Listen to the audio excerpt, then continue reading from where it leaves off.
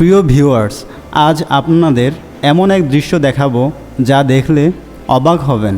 প্রকৃতির আশ্চর্য সব ঘটনাগুলোর মধ্যে অন্যতম আইসল্যান্ডের উপকূলে দেখা মিলছে লক্ষ লক্ষ লাল কাঁকড়া।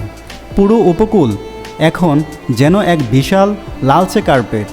প্রতি বছর নির্দিষ্ট মৌসুমে এই লাল কাঁকড়াগুলো গভীর সমুদ্র থেকে তীরে উঠে আসে প্রজননের জন্য।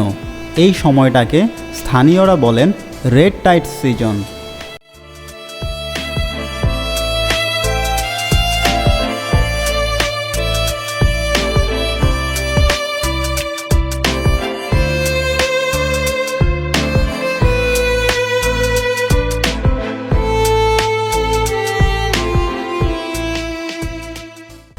বিজ্ঞানীরা জানান এই কাঁকড়াগুলো মূলত রেড কিং ক্র্যাব, যাদের দলবদ্ধভাবে তীরে ওঠা একটি প্রাকৃতিক প্রজনন চক্রের অংশ।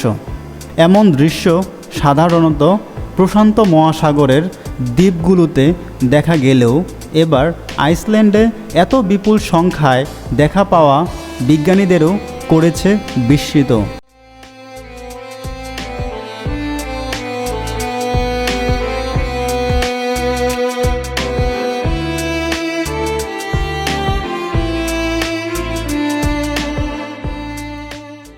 তীব্র ঠান্ডা পানিতে এত কাঁকড়ার টিকে থাকা ছিল এক রহস্য, যা এখন গবেষণার নতুন দিগন্ত খুলে দিয়েছে।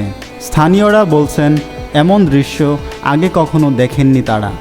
অনেকে এই লাল কাঁকড়ার মিছিল দেখতে ভিড় করেছেন সমুদ্র তীরে, যা এখন এক প্রাকৃতিক পর্যটন স্থানে পরিণত হয়েছে।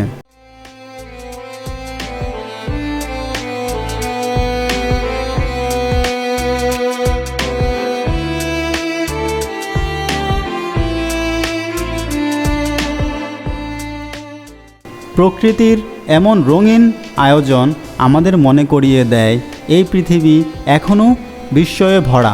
এমনই অজানা অদ্ভুত খবর জানতে সাবস্ক্রাইব করুন আমাদের চ্যানেলটি।